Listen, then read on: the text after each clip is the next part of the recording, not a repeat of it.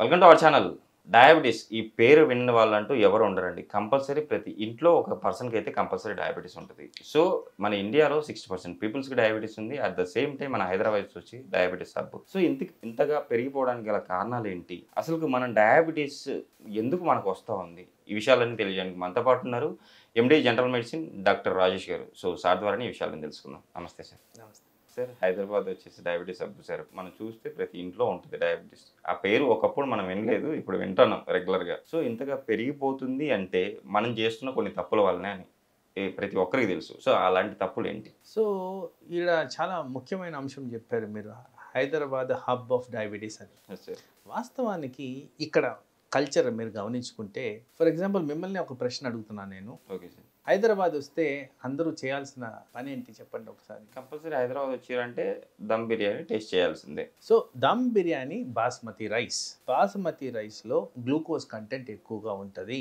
ఇలా dum biryani regular availability ఉన్నప్పుడు consumption కూడా చాలా హైగా ఉంటది. Yes sir. తర్వాత సౌత్ పార్ట్ ఆఫ్ ఇండియాలో ఉన్నాం కాబట్టి రైస్ కన్జంప్షన్ ఎక్కువ. సో జనరల్ చూస్తే క్యాలరీస్కి డయాబెటీస్కి కనెక్షన్ ఉంది. Excess amount of calorie consumption, తక్కువ అమౌంట్ ఆఫ్ క్యాలరీ బర్నింగ్ ఉన్నప్పుడు డయాబెటీస్ వచ్చేదానికి ఛాన్సెస్ పెరుగుతూనే ఉంటాయి. పైగా ఇలాంటి మంచి దమ్ బిర్యానీలు, తర్వాత కుర్బానీకా మీఠాలు ఫుల్ లోడెడ్ విత్ షుగర్స్, ఇలాంటివి తిన్నప్పుడు సాధారణంగా షుగర్ వచ్చే లక్షణాలు పెరుగుతూనే వస్తాయి. అందుకారణంగా మనకి హబ్ ఆఫ్ డయాబెటీస్ అనే పేరు యెస్ సార్. వచ్చేసింది. కరెక్ట్ సార్ అదైతే. సార్ ఇంకా అంటే చాలామంది లేట్ నైట్ కూడా తింటా ఉంటారు. వీళ్ళకి కూడా ఎక్కువ శాతం వచ్చింది డయాబెటిస్.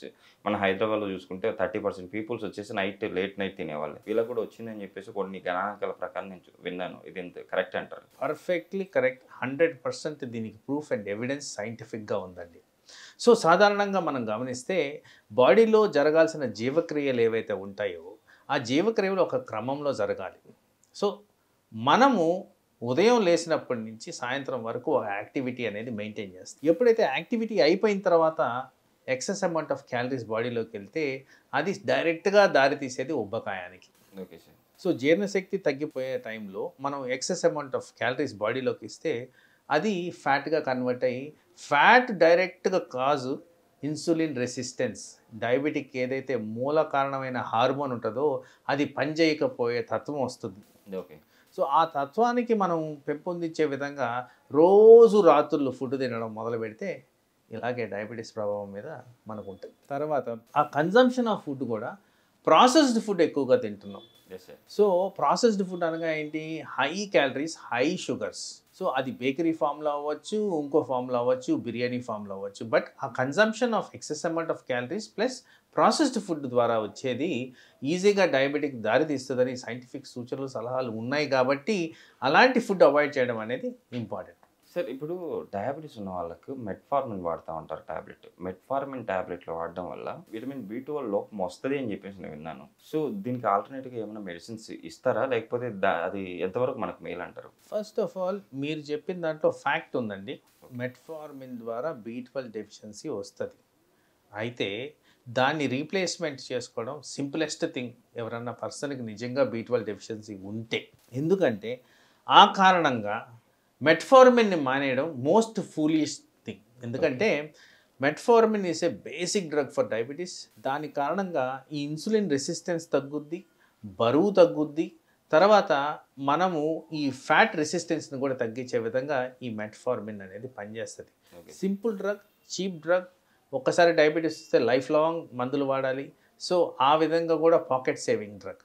అందుకోసం metformin is the first line of treatment. దాని ద్వారా B12 డెఫిషియన్సీ ఒకవేళ వస్తే సింపుల్ విటమిన్ సప్లిమెంట్ ద్వారా దాన్ని నివారించుకోవచ్చు. కాబట్టి మెట్ఫార్మిన్ మాత్రం అవాయిడ్ చేయడం మంచిది కాదు, అన్లెస్ డాక్టర్ ఏదో ఒక విధంగా కాంట్రా ఇండికేషన్ ఉందని చెప్తే కానీ. ఫుడ్ విషయానికి వస్తే డయాబెటిస్ వాళ్ళు ఎలాంటి ఫుడ్ తీసుకోవాలంటారు? సో ఇక్కడ కొద్దిగా నాలెడ్జబుల్గా ఉండడం బెటర్ అండి. ఎందుకంటే ఈ ఫుడ్లో 2 విధానాలు మనం గమనించుకోవాలి. ఒకటి గ్లైసెమిక్ ఇండెక్స్ అంటాం, రెండోది గ్లైసెమిక్ లోడ్ అంటాం.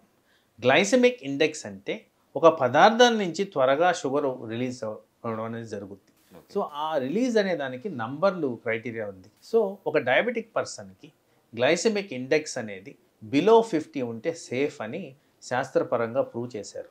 సో ఈ డేటా మనకు కావాలంటే ప్రతి ఒక్కరూ స్మార్ట్ ఫోన్ వాడుతున్నారు కాబట్టి గూగుల్లో కొడితే ఈ సబ్స్టెన్స్కి ఎంత ఉంది గ్లైసెమిక్ ఇండెక్స్ అంటే అది ఈజీగా ఏర్పడిపోతుంది. ఓకే. సో ఇక్కడ ఎందుకు దీని గురించి అర్థం కావాలి అంటే సాధారణంగా పొటాటోస్ అవాయిడ్ చేయమని చెప్తారు, ఓకే సార్.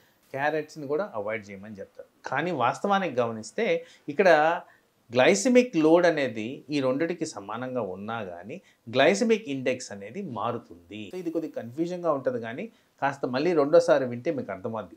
లో గ్లైసెమిక్ ఇండెక్స్ ఉన్న సబ్స్టెన్సెస్ తీసుకున్న దానివల్ల మనకి షుగర్ మీద ఎక్కువగా తీవ్రత ఉండదు, ప్రభావం ఉండదు. ఇది మనం గమనించుకోవాల్సింది. సో ఫుడ్స్ అన్నీ కూడా గ్లైసెమిక్ ఇండెక్స్ రెఫరెన్స్ తీసుకొని తింటే బెటర్. మనం డయాబెటీస్ కంట్రోల్లో లైఫ్ లాంగ్ ఉంచుకోలేమా? ఉంచుకోవాలంటే ఏం చేయాలి? మీరు ఎలాంటి ట్రీట్మెంట్ ఇస్తారు?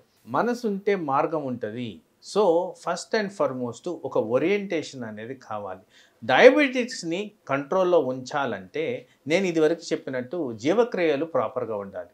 ఓకే. చాలా మందికి అర్థం కావాల్సిన అంశం ఏంటంటే నిద్రకి డయాబెటీస్కి సంబంధం ఉంది. Okay sir. ఎప్పుడైతే స్ట్రెస్ హార్మోన్స్ పెరుగుతాయో బాడీలో షుగర్ లెవెల్స్ పెరుగుతాయి, ఎప్పుడైతే నిద్ర లోపిస్తుందో షుగర్ లెవెల్స్ పెరుగుతాయి. అందుకోసం నిద్రపోవడం most important thing. Breakfast is a mandatory thing. Breakfast ఎవరైతే తప్పిస్తారో వాళ్ళలో risk of diabetes, risk of ఉబకాయం, రిస్క్ ఆఫ్ క్యాన్సర్ పెరుగుతుందని సైంటిఫిక్ సూచనలు ఉన్నాయి. అందుకోసం బ్రేక్ఫాస్ట్ అనేది ప్రాపర్గా తినడం ఇంపార్టెంట్. ఆ బ్రేక్ఫాస్ట్ టైమింగ్ కూడా 7:30, 8. లంచ్లో రీజనబుల్ అమౌంట్ ఆఫ్ రైస్ తీసుకొని, ఫిక్స్డ్ అమౌంట్ ఆఫ్ రైస్ తీసుకొని, మిగతాదంతా కర్రీస్ కానీ సాలడ్స్ కానీ రూపంలో తింటే అది బెటర్. రాత్రి ఎంత తక్కువ తింటే అంత మంచిది, ఎంత అర్లీగా తింటే అంత మంచిది. వాస్తవానికి ప్రాక్టికల్ రీజన్స్ గురించి 7 to 8 మధ్యన కంప్లీట్ అయిపోవాలి. Okay. Least amount of calories ఉండాల్సింది రాత్రి, హైయెస్ట్ అమౌంట్ ఆఫ్ క్యాలరీస్ ఉండాలి బ్రేక్ఫాస్ట్. ఓకే. ఇలాంటివి చేస్తూ ఎక్సర్సైజ్ నియమాలు పాటిస్తూ రెగ్యులర్ ఎక్సర్సైజ్ కనీసం 150 minutes పర్ వీక్ చేసిన దానివల్ల పర్టికులర్ రికమెండేషన్ చూస్తే బ్రిస్క్ వాకింగ్ చేస్తే డెఫినెట్గా డయాబెటీస్ని ఈజీగా న్యాచురల్ పద్ధతిలో నివారించుకోవచ్చు. సూపర్. అసలు నెక్స్ట్ లెవెల్లో చెప్పారు సార్. అసలు చాలామంది డయాబెటీస్ పేషెంట్లకి ఇది చాలా బాగా పనిచేస్తుందని చెప్పేసి నేను అనుకుంటున్నాను, వాళ్ళకి అర్థమయ్యేటట్టు. ఇంకోటి సార్, డయాబెటీస్ లేని వాళ్ళైనా ఉన్న వాళ్ళైనా ఏ టైంలో టెస్ట్ చేయించుకోవాలి? మన HbA1c లెవెల్స్ ఎంత ఉండాలి? సో ఇప్పుడు ఉన్న ఆధునికరణలో కంటిన్యూస్ గ్లూకోజ్ మానిటరింగ్ అని ఒక ఇన్స్ట్రుమెంట్ వచ్చిందండి. Okay sir.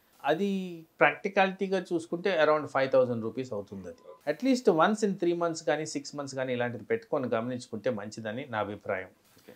Regular glucometer readings కన్నా కూడా ఈ CGM అంటాం, కంటిన్యూస్ గ్లూకోజ్ మానిటరింగ్, అది ఒక ఫ్రీక్వెన్సీ రేట్లో మన స్తోమత బట్టి చేసుకోవడంలో ఈ గ్లూకోజ్ కంట్రోల్ని చాలా ఈజీగా బెటర్గా మానిటర్ చేసుకోవచ్చు. అదేవిధంగా మందులు కూడా అడ్జస్ట్ చేసుకోవచ్చు. Okay sir. సో రికమెండేషన్ ప్రకారం చూసుకుంటే ఎవ్రీ మంత్ ఒకసారి కనీసం గ్లూకోమీటర్ రీడింగ్స్ అనేది తీసుకోవాలి. ఎవ్రీ 3 months నుంచి 6 months మధ్యన ఒక్కసారైనా ఈ కంటిన్యూస్ గ్లూకోజ్ మానిటరింగ్ పెట్టుకున్న దానివల్ల హెల్త్ బెనిఫిట్స్ ఉండేదానికి ఆస్కారం ఉంది. నిజంగా సార్, ఈరోజు డయాబెటీస్ గురించి చాలా చక్కటిగా వర్ణించారు. Thank you sir.